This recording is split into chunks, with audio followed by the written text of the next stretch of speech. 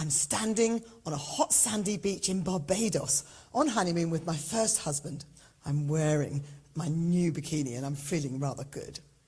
We've just decided to rent jet skis and whiz up and down the beautiful bay in front of our hotel in the manner of rich and beautiful celebrities. Could I have the red one, please? I smile flirtatiously. The gorgeous guy who's renting them. He's got long hair and mirror sunglasses. Sure, he says. And then he leans in closer, looks down at me and says, but it's not a good idea if you're pregnant. Mortified, I look at him as if he's just suddenly grown bright red horns and a pointy tail. I can feel my face getting hot and tears are in my eyes with the shame and embarrassment of having this gorgeous young man think that my food baby is an actual fetus. The memory of that incident stuck in my brain like a branding iron on a cow's backside. I obviously threw away that bloody bikini. I have never worn one again. 3 years later, my husband and I decided to try for an actual baby, and I just got back from a night out with my girlfriends, and the subject sort of turned to kids, as it did in those days, and I admitted that I was getting a little bit broody. They said, well, get a bloody move on. He said, and apparently they'd been trying secretly for a baby and been, had to go through IVF, using like some sort of secret baby Russian roulette. And they said that the odds of them getting pregnant were probably lower than a panda with erectile dysfunction. So, went home, threw away all my contraceptives, grabbed my husband, thankfully not related to the panda family, and insisted that he perform his marital duties immediately. Afterwards, with my thighs clamped firmly together, I tried to visualize myself becoming pregnant. However, I was a little uncertain about it, was a bit quick, and I was, quite liked my child-free existence. So all I could visualize was like these shoals of evil grinning tadpoles racing towards my ovaries like weapons of mass destruction.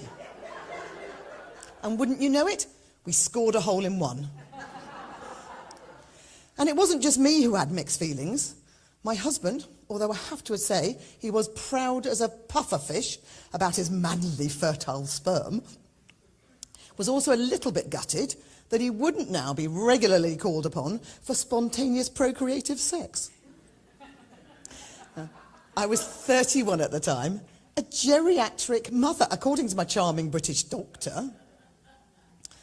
And I thought I could hear my ovaries shouting and waving and going, what on earth took you so long? However, the rest of me wasn't quite ready. It had all been a little bit sudden. What was I thinking? Obviously, I hadn't been thinking. All I knew, nobody had, as you knew, IVF, nobody had babies around me, and the only thing that I knew was from TV shows and movies. And they all said it was things like, sleepless nights and projectile vomiting and endless crying. And then there's the baby as well. Not to mention a non-existent sex life and the complete loss of your pelvic floor. Well, if only I had known, I would have taken much better care of it. Loved it and cherished it and shored it up with some load-bearing steel. So I could still laugh and sneeze without it being an extreme sport. Now, while I was still coming to terms with my situation, I sort of hid my ever-growing greedy parasite because I wasn't quite sure. And then one day I was at work and I was walking past a friend of mine's desk and she reached out and grabbed me. She said, Claire, can I have a quick word? Yes, she said, look, I don't mean to be rude, but have you put on weight or are you having a baby? Well, she wasn't known for her tact, was she? And I sort of looked at her in utter shock, and then images of that horrible, humiliating day on the beach in Barbados flashed into my mind. And I wanted to do what they did in Monty Python and just smack her around the face with a wet fish. Sadly, I didn't have one. So I just said, yes, I am actually. I'm 5 months gone. She went, oh, Claire, congratulations. That's such good news. Can I touch your tummy? Why do people want to do that? No, myself, no.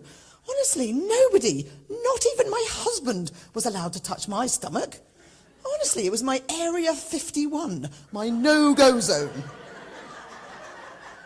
Ever since that bloody day on the beach, I had just hidden my fleshy donut ring like it was a dirty secret, as if having belly fat was a sign of being a really bad person, you know, someone with perhaps no moral discipline or any sort of integrity whatsoever. Anyway, she was looking at me, so I went, OK, then go ahead.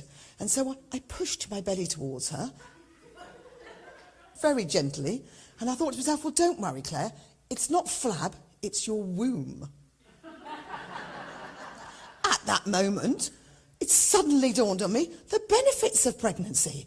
Oh my God, I was getting fatter because I was growing a baby, which is totally socially acceptable. Not because I was a lazy, good-for-nothing lardass who just ate too many chocolates and cream cakes. Oh, she said, I can feel it kick. Oh, and she was putting her hand on my tummy. I thought, it actually doesn't feel too bad. And then I realised that instead of hating this ugly evidence of my overeating, I was actually quite proud of my body, for probably the first time in my life, for its reproductive cleverness. And so, from that moment on, I decided I was not going to hide my love handles. I was going to openly display my ever-growing belly, secure in the knowledge that I'm not fat, I'm pregnant. Thank you.